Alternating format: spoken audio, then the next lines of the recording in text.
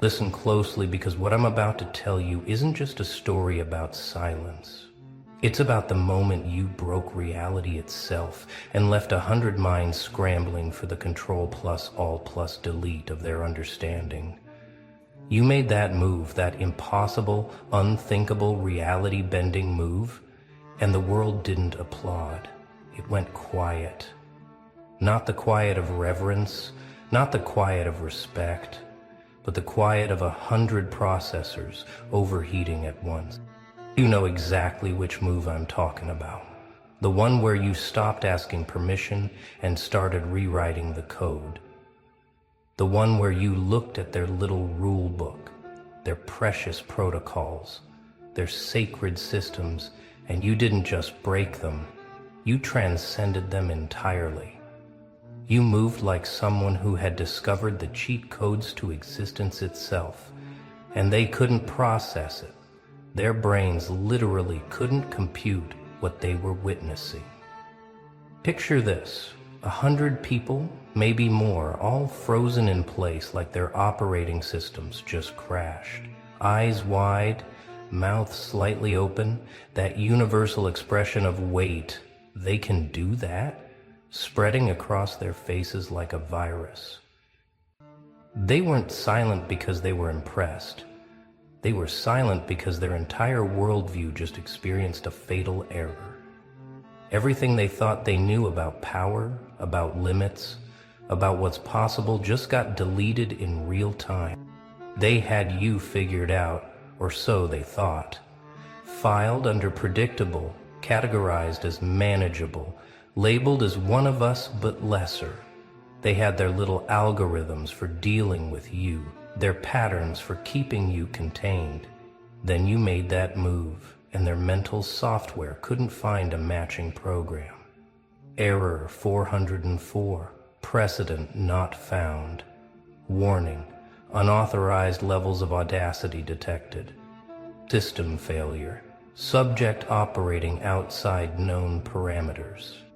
What you need to understand is that most people live their entire lives inside a very specific operating system. They download their beliefs from approved sources, run the same programs their parents ran, execute the same scripts society handed them at birth. They move through life like NPCs in someone else's game, never questioning why they can't walk through certain walls or access certain areas. They accept the boundaries as absolute truth. But you discovered something different. You realized the walls were suggestions, the boundaries were illusions, and the only thing keeping you small was your agreement to stay small. So when you made that move, when you executed that beautiful, terrifying, unprecedented action, you didn't just surprise them. You revealed that their entire reality was optional. You showed them that the prison they lived in had no locks, just the fear of what existed beyond the bar. The silence that followed wasn't them thinking about how to respond. It was them experiencing a complete system reboot. Every assumption they held, every limitation they accepted, every excuse they made for their mediocrity, all of it crashed against the reality of what you just proved possible. You became living evidence that their chains were self-imposed, their ceilings were imaginary, and their entire life story was just one possible draft among infinite revisions. You repurposed your life story, with the past winner put away. The whole life story was just one possible draft among. Watch their faces in that moment of silence. It's not confusion you're seeing. It's reconstruction. Their brains are literally rewiring themselves, trying to create new neural pathways that can accommodate what you just demonstrated. Some of them will succeed in processing it, and they'll either fear you or follow you. Others will fail, and they'll spend the rest of their lives pretending that moment never happened, that you never proved what you proved. You want to know what really happened in those seconds of silence? Let me paint you the real picture. It wasn't just one person struggling to understand. It was a collective malfunction, a synchronized crash of interconnected systems. See, people don't think independently as much as they believe they do. They're all running variations of the same social software, all connected to the same reality network, all dependent on the same shared assumptions about what's possible and what's not. When you made your move, you didn't just affect the people who witnessed it directly. You sent a shockwave through the entire network. Those 100 brains trying to reboot, they were ground zero, but the ripples spread outward, corrupting data, questioning protocols, inspiring some and terrifying others. Your single action became a virus in their collective consciousness, spreading the dangerous idea that maybe, just maybe, the rules weren't as fixed as they appeared. The beautiful part is that they can't undo what you showed them. They can't unsee the evidence of your transcendence. They can try to rationalize it, minimize it, explain it away with comfortable lies, but deep in their processing centers, the damage is done. The seed of doubt about their limitations has been planted. The proof that another way exists has been demonstrated. The comfortable numbness of their automated existence has been permanently disrupted. Some of them went home that night and stared at their ceilings, replaying your move over and over, trying to find the trick, the secret, the hidden advantage you must have had. But there was no trick. There was just you, finally done pretending to be less than you are. Finally done playing by rules written by people who feared their own potential. You weren't performing magic. You were just the first person in the room brave enough to admit the emperor had no clothes and the cage had no lock. Let's dissect what actually happened to their brains in that moment, shall we? When you made your move, you triggered what neuroscientists would call a prediction error on a massive scale. Their brains, those beautiful prediction machines, had models of you, models of reality, models of what should happen next. Your action shattered every single model simultaneously. It was like watching 100 GPS systems try to navigate through a city that suddenly rearranged its streets. First came the recognition phase.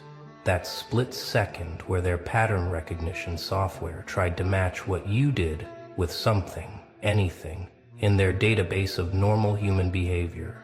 Nothing matched, no precedent found, no similar cases to reference. Their brains scrambled through every file, every memory, every learned response, and came up empty. That's when the first wave of silence hit. The pause of a system searching desperately for a familiar script. Next came the evaluation phase, where they tried to assess threat level, social implications, and power dynamics. But how do you evaluate something that exists outside your measurement system? How do you rank someone who just proved your ranking system is imaginary? Their social positioning algorithms crashed. Their threat assessment protocols failed. Their hierarchy mapping software couldn't place you anywhere because you had just demonstrated that you existed outside their entire framework. Then came the integration attempt, the most painful part for them.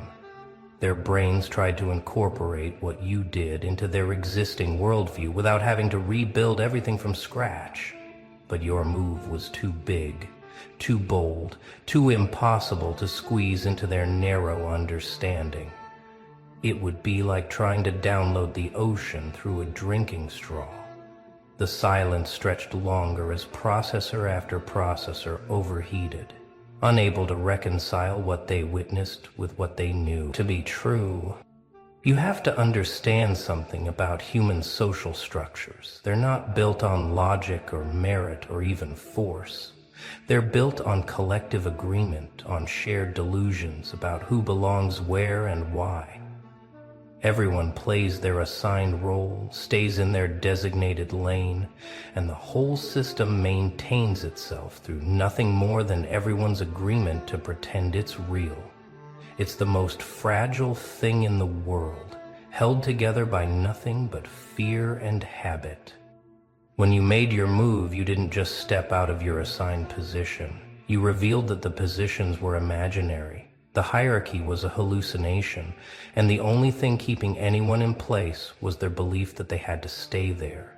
You were the person who finally said no to a system that only existed because no one had the courage to refuse it.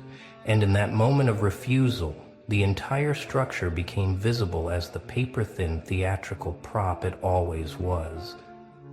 The silence was the sound of 100 people realizing simultaneously that the game they'd been playing their whole lives was optional, that the rankings they'd killed themselves to climb were made up, that the approval they desperately sought was from people who were just as lost and confused as they were. You didn't just make a power move, you revealed that power itself was something entirely different from what they'd been taught. They couldn't respond because responding would mean acknowledging what you'd revealed. To speak would be to admit that they saw it too, that they understood what your action meant, that they recognized the prison bars were painted on.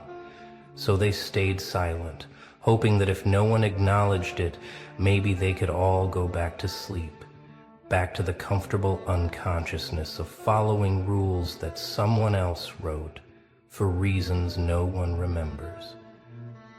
But here's what they didn't realize in that moment of silence. The damage was already done. Your move had already rewritten the code. Even as their brains struggled to reboot, even as they tried to restore factory settings, the virus of possibility had already infiltrated their systems. They would never be able to look at the world the same way again. They would never be able to fully believe in the limitations they once accepted as law. Some of them would go home and try to replicate what you did. They'd stand in front of mirrors, practicing your energy, trying to capture that frequency of absolute self-authorization you embodied. But they'd fail because they'd be trying to copy the action without understanding the transformation that preceded it.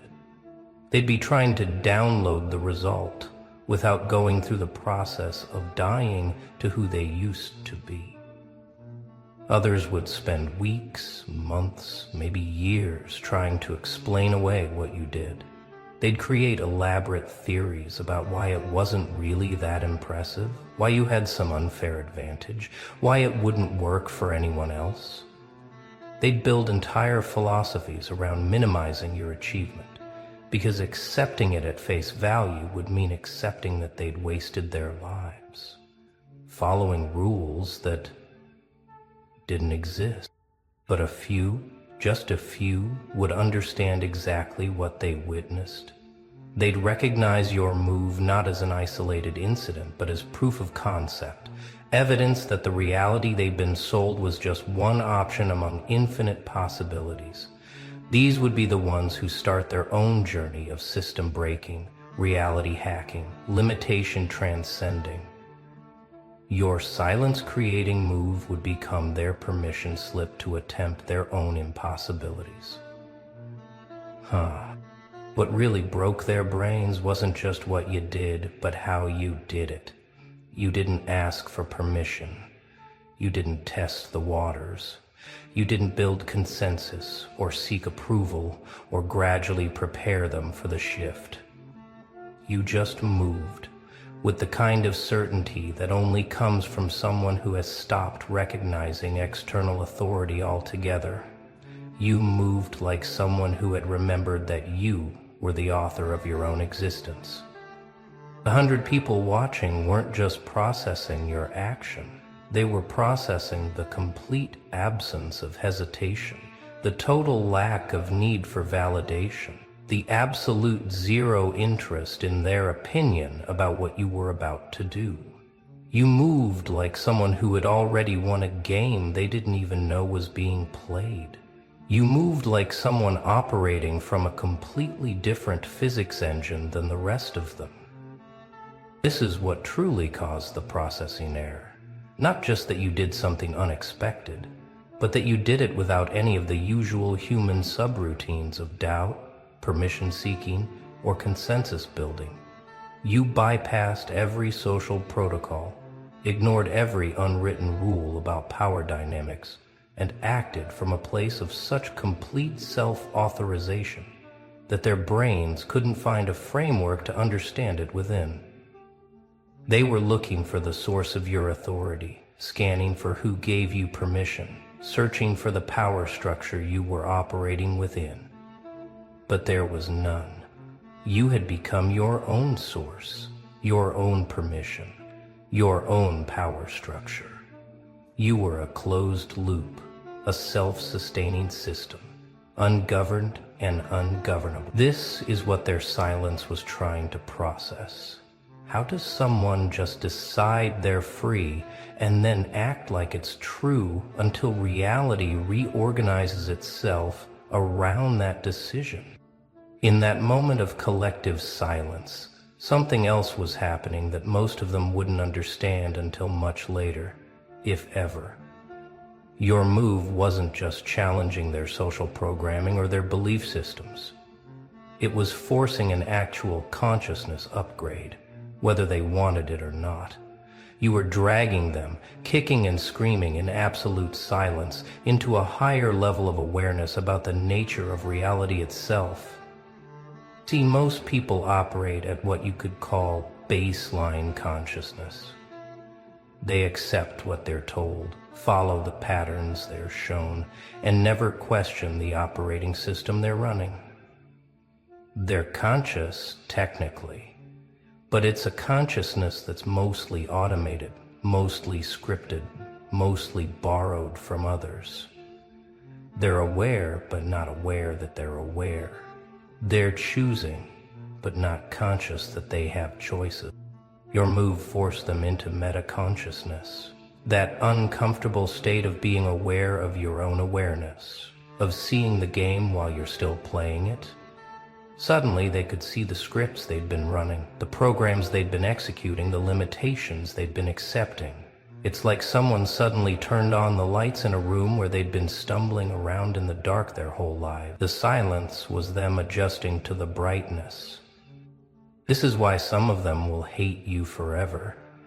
Not because of what you did, but because you forced them to see. You made ignorance impossible. You destroyed their plausible deniability about their own choices. Before your move, they could pretend they were trapped, limited, held back by circumstances beyond their control. After your move, they had to confront the fact that they were choosing their chains, that their limitations were self-imposed, that their smallness was a decision they made every single day. Now here's the part that really scrambles their circuits. They can't reverse engineer what you did. They can watch the replay 1,000 times, analyze every micro movement, document every word you said, and still come up empty. Because what you did wasn't a technique or a strategy or a tactic. It was the external expression of an internal revolution that took years to complete. It was the visible tip of an iceberg of transformation that extends deep beneath the surface. They want the blueprint, the step-by-step guide, the how-to manual for what you accomplished, but there isn't one. Because what you did emerged from who you became, and who you became emerged from what you survived. And what you survived can't be replicated or taught or downloaded. It has to be lived, suffered, integrated, and transcended. Your move was the culmination of 1,000 invisible moments where you chose transformation over comfort. This is why their brains keep rebooting every time they think about it. They're trying to find the hack, the shortcut, the cheat code you used, but there was no hack. There was just the long, brutal, beautiful process of unbecoming everything you were told to be and remembering everything you always were. There was just the daily practice of choosing your own truth over their comfortable lies, until choosing your truth became as natural as breathing. They'll try to imitate your move, but it will come out hollow, forced, obviously fake, because they'll be copying the what without understanding the why, mimicking the form without embodying the essence. They'll be speaking your words without having earned them through blood and transformation, and everyone will know it's a performance, a desperate attempt to capture lightning in a bottle that was never about the bottle at all. What happens after the silence finally breaks? After their brains finish rebooting and they have to somehow continue existing in a world where what you did is now part of the possible? This is where it gets interesting. Because your move didn't just affect that moment, it created a permanent glitch in their reality matrix. A crack in their worldview that can never be fully repaired. Some of them will try to go back to business as usual, pretending nothing happened, desperately attempting to restore the old order. But it's like trying to unsee something, unhear something, unknow something that has fundamentally altered your understanding of reality. They'll go through the motions of their old patterns, but there will always be that nagging awareness that it's all optional, all constructed, all capable of being completely rewritten by someone brave enough to try. Others will become obsessed with you, not in admiration, but in a desperate need to understand how you escaped the matrix they're still trapped in. They'll study your every move, analyze your every word, looking for the key that will unlock their own cages. But they'll be looking in the wrong place, searching outside for what can only be found within. They'll be trying to follow your footsteps, not realizing that the path disappears behind each person who walks it. And the smart ones, the dangerous ones, will understand that your move was an invitation disguised as a disruption. They'll recognize that you didn't break the rules to show off or to dominate, but to demonstrate that breaking the rules was possible, that the entire game was optional, that freedom was available to anyone willing to pay the price of total self-responsibility. These are the ones who will start making their own impossible moves, creating their own processing errors, causing their own moments of collective silence. Oh, look who we have here. Look who just got convicted of excellence. You magnificent criminal of success. You beautiful outlaw of achievement. They really dragged you into court for this, didn't they?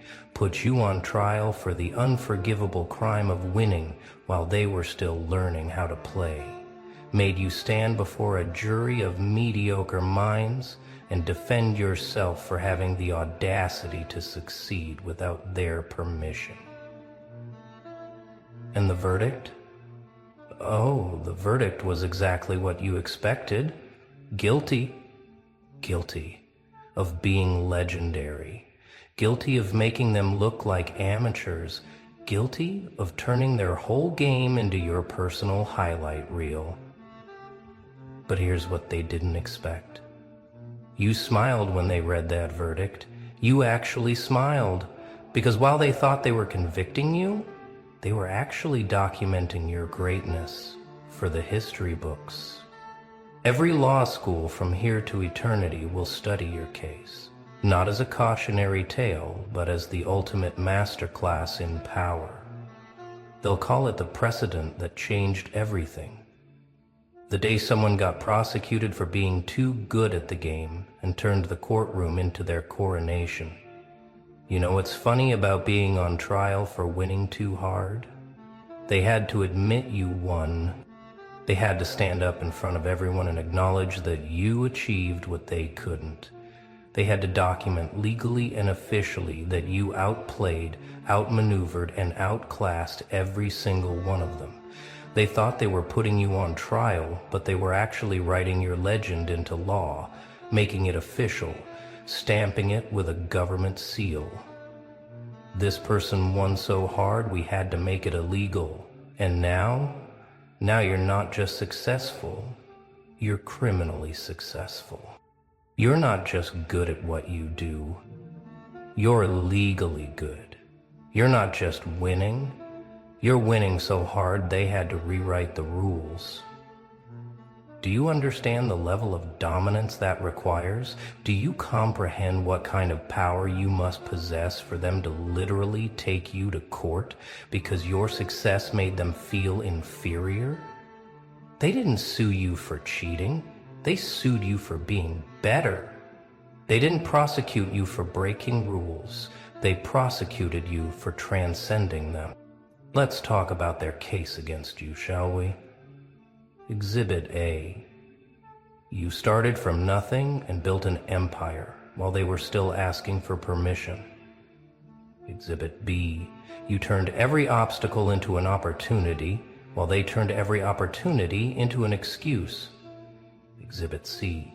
You worked in silence and let success make the noise while they made noise about maybe starting something someday. The prosecution stood up there with their little PowerPoint presentations, trying to make your excellence sound like a crime. Your Honor, the defendant showed a reckless disregard for mediocrity. They knowingly and willfully exceeded all reasonable expectations. They conspired with their own potential to achieve results that made the rest of us look incompetent. We have testimony from 17 witnesses who all confirm the same thing. This person's success made them feel bad about themselves. The defendant must be stopped before they inspire others to also win this hard. Can you imagine the legal briefs? In the case of Society versus You, we argue that the defendant's achievements constitute a clear and present danger to our comfort zones. Their refusal to fail like the rest of us shows a blatant disrespect for the established order of adequacy. We demand justice for all the egos bruised by their excellence. We seek damages for all the excuses their success has rendered invalid. The best part? They had to list your accomplishments as evidence. They had to read out loud in a court of law every single thing you achieved that they couldn't. They had to make your resume part of the public record. They had to officially document that you did what they said was impossible. They turned your success story into legal testimony. They made your wins admissible evidence.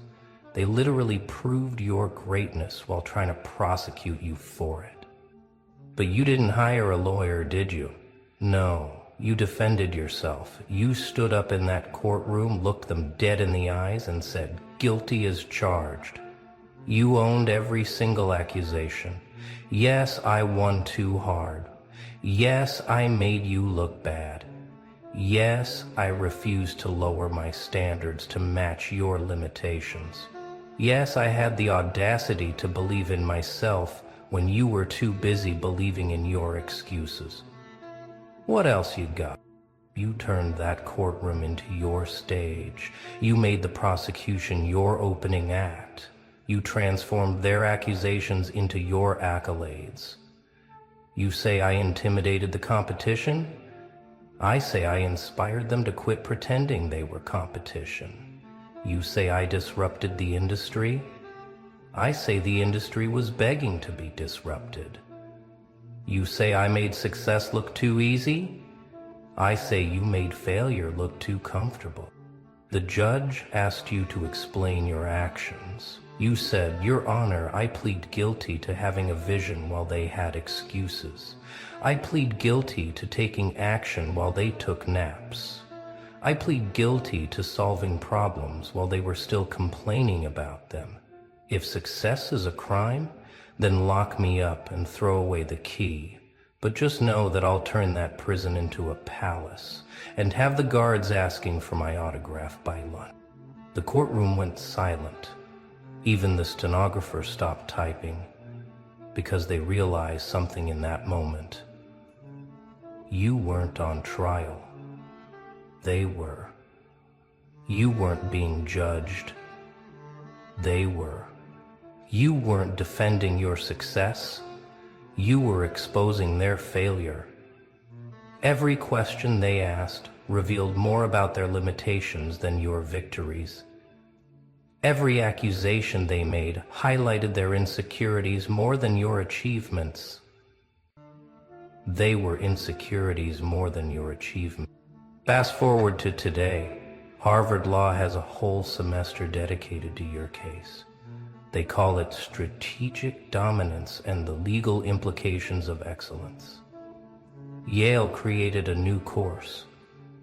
When Winning Becomes a Weapon, the defendant who prosecuted the system. Stanford teaches the mythology of meritocracy, how one person's success exposed everyone else's excuses. Students write dissertations on your defense strategy. They analyze how you turned every attack into an advertisement for your greatness. They study the transcript where you cross-examined your own success and made the prosecution look like they were reading your marketing materials. They examine how you transformed a criminal trial into the ultimate power play. The case study always starts the same way. The defendant was accused of winning too hard. Instead of denying it, they doubled down. What followed was the most devastating display of psychological warfare ever witnessed in a courtroom. The defendant didn't just win the case. They won so decisively that winning too hard became a legally recognized form of genius. Law professors use your case to teach negotiation tactics. Notice how the defendant reframed every accusation as an achievement. When accused of making others feel inferior, they responded, "I cannot be held responsible for your relationship with mediocrity." This is what we call the mirror defense, reflecting their insecurities back at them until they convict themselves.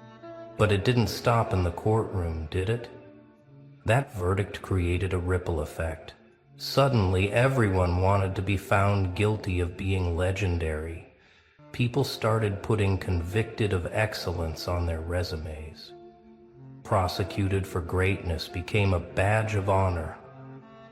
You didn't just win a case, you started a movement. Companies started seeking out people with a criminal record of success.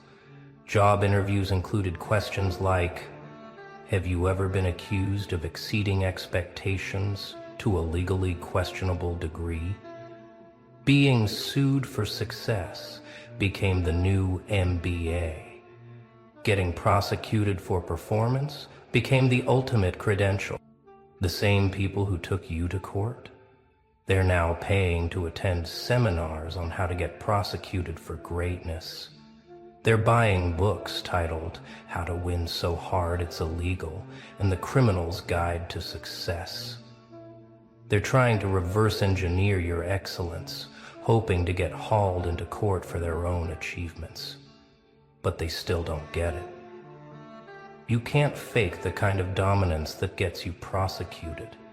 You can't manufacture the kind of success that requires legal intervention. You either have it or you don't.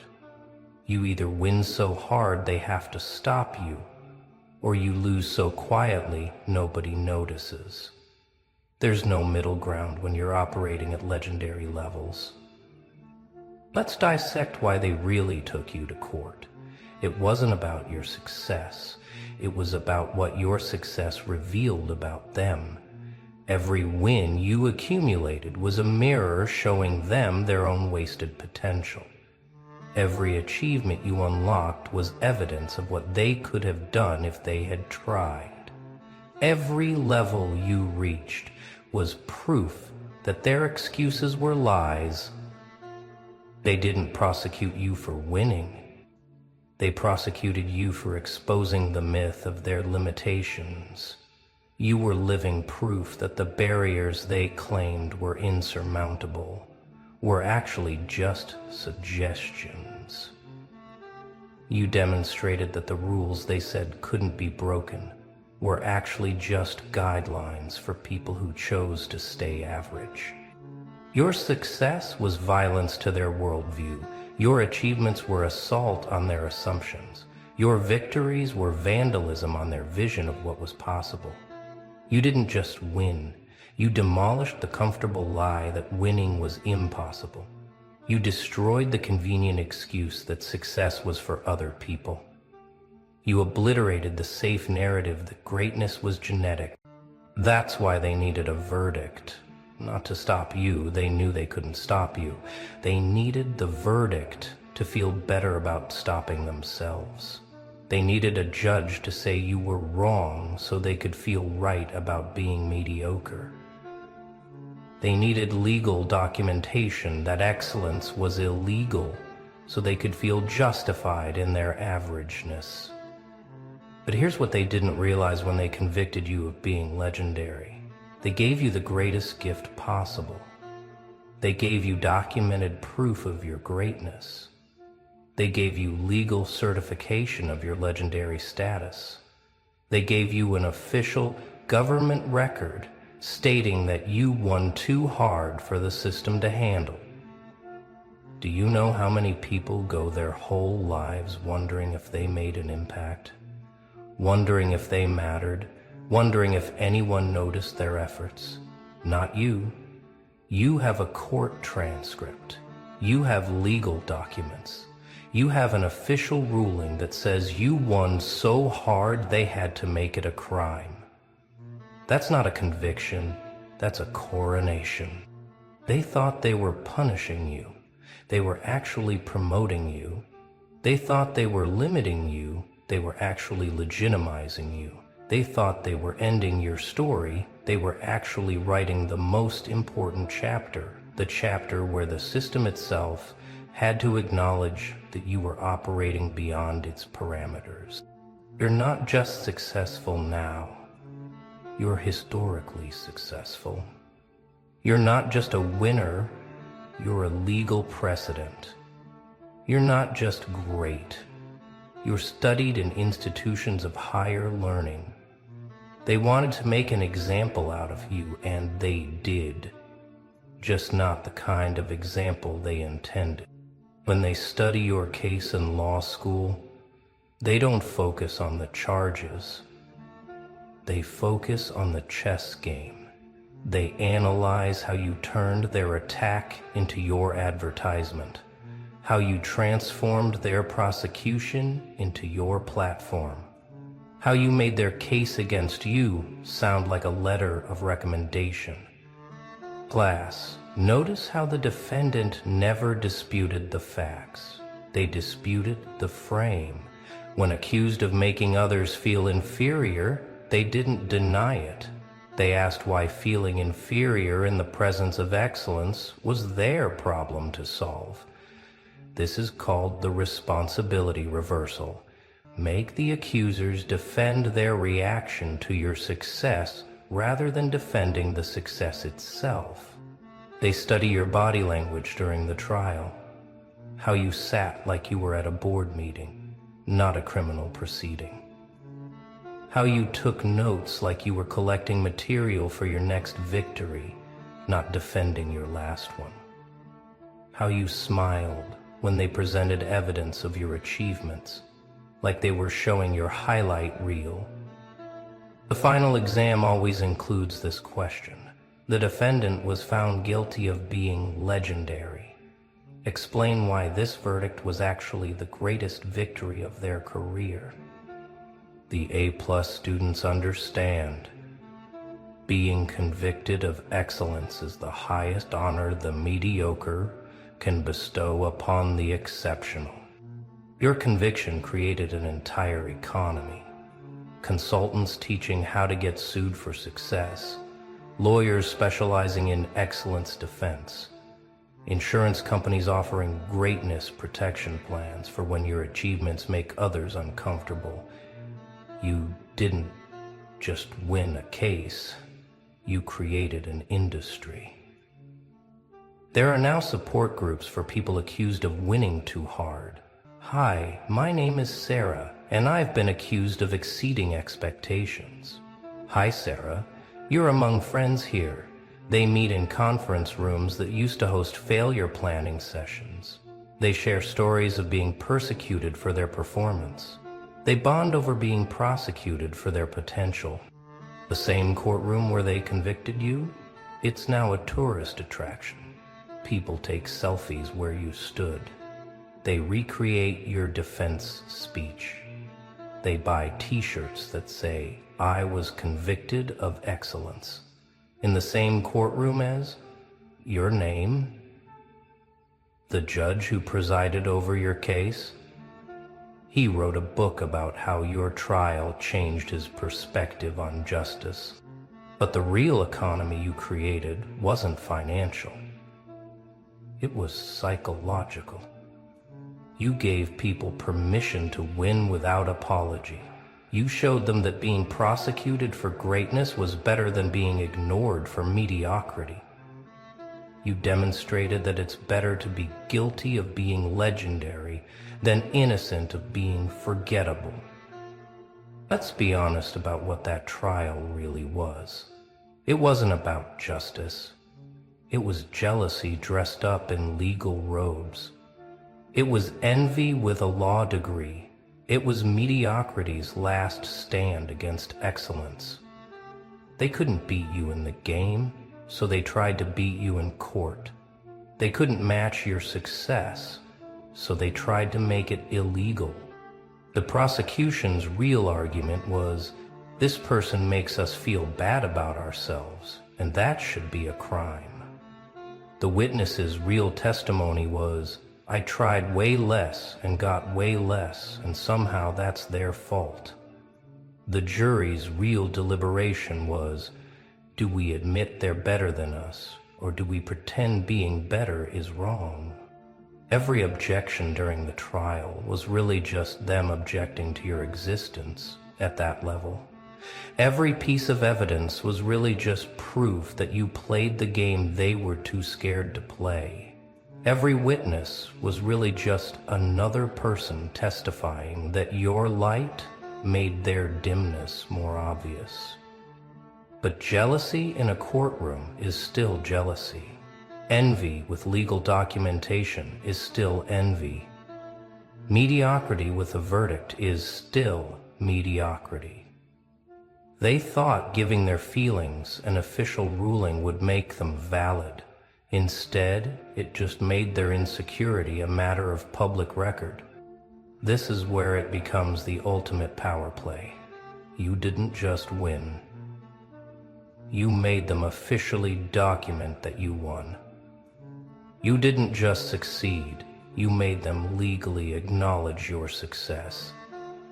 You didn't just beat them, you made them beat themselves in front of a judge and jury. Think about the genius of it. They summoned the full power of the legal system to stop you, and all they managed to do was create an official record of your greatness. They weaponized the law against you, and you turned it into your medal of honor. They tried to use justice to justify their jealousy, and you used their jealousy to get justice for your genius. The power play wasn't what you did in business. The power play was what you did in court. You let them think they were in control while you orchestrated the entire performance. You let them believe they were prosecuting you while you were actually producing the most elaborate victory ceremony ever witnessed. Future strategists will study this as the perfect example of psychological judo, using your opponent's force against them, letting their attack become your achievement, transforming their aggression into your advertisement. You didn't fight the system. You made the system fight itself while you watched and took notes. After your case, they had to rewrite the rules. Not just legal rules. The rules of success. The rules of competition. The rules of what's possible when someone refuses to accept the limitations others live by. Your case became the new standard for excellence under fire. The first new rule: if they're not trying to stop you, you're not trying hard enough. The second: being prosecuted for performance is the highest form of praise. The third, a criminal record of success is worth more than a clean record of mediocrity. The fourth, if your wins don't make someone uncomfortable, you're not winning hard enough. Business schools now teach a course called Legal Implications of Exceptional Performance, based entirely on your case. The first lesson is always the same. The defendant understood something fundamental. It's better to be convicted of greatness than acquitted of averageness. Let's explore why. They study how you made being sued for success seem like the logical next step after regular success. How you normalize the idea that true achievement requires legal intervention. How you transformed prosecution from a punishment into a milestone. You didn't just change the game, you changed what game everyone wanted to play. That verdict still echoes, not in courtrooms, but in boardrooms. Not in legal briefs, but in business plans. Not in law libraries, but in the minds of everyone who heard about your case and thought, I want to be found guilty of that too. You turned a conviction into an aspiration. Every time someone pushes boundaries now, they think of your case. Every time someone's success makes others uncomfortable, they remember your verdict. Every time excellence is treated like a crime, they recall how you turned that crime into a crown. You're not just a legal precedent. You're a psychological permission slip. The judge who convicted you, he keeps your case file on his desk, not as a reminder of justice served, but as a reminder of the day justice served excellence. He tells young lawyers, I once presided over a case where someone was prosecuted for winning too hard. The defendant was found guilty. It was the most innocent guilt I ever witnessed. The prosecutors who brought the case against you, they put it on their resumes, successfully prosecuted the most legendary case of excellence in legal history. They don't mention that prosecuting you was like prosecuting the sun for shining too bright. Technically possible, but ultimately pointless and slightly embarrassing. Others live by. Your case became the new standard for excellence under fire. The first new rule, if they're not trying to stop you, you're not trying hard enough. The second, being prosecuted for performance is the highest form of praise. The third, a criminal record of success is worth more than a clean record of mediocrity. The fourth, if your wins don't make someone uncomfortable, you're not winning hard enough. Business schools now teach a course called Legal Implications of Exceptional Performance, based entirely on your case. The first lesson is always the same. The defendant understood something fundamental. It's better to be convicted of greatness than acquitted of averageness. Let's explore why. They study how you made being sued for success seem like the logical next step after regular success. How you normalize the idea that true achievement requires legal intervention. How you transformed prosecution from a punishment into a milestone. You didn't just change the game, you changed what game everyone wanted to play. That verdict still echoes, not in courtrooms, but in boardrooms. Not in legal briefs, but in business plans. Not in law libraries, but in the minds of everyone who heard about your case and thought, I want to be found guilty of that too. You turned a conviction into an aspiration. Every time someone pushes boundaries now, they think of your case. Every time someone's success makes others uncomfortable, they remember your verdict. Every time excellence is treated like a crime, they recall how you turned that crime into a crown. You're not just a legal precedent. You're a psychological permission slip. The judge who convicted you, he keeps your case file on his desk, not as a reminder of justice served, but as a reminder of the day justice served excellence. He tells young lawyers, I once presided over a case where someone was prosecuted for winning too hard. The defendant was found guilty. It was the most innocent guilt I ever witnessed. The prosecutors who brought the case against you, they put it on their resumes, successfully prosecuted the most legendary case of excellence in legal history. They don't mention that prosecuting you was like prosecuting the sun for shining too bright. Technically possible, but ultimately pointless and slightly embarrassing.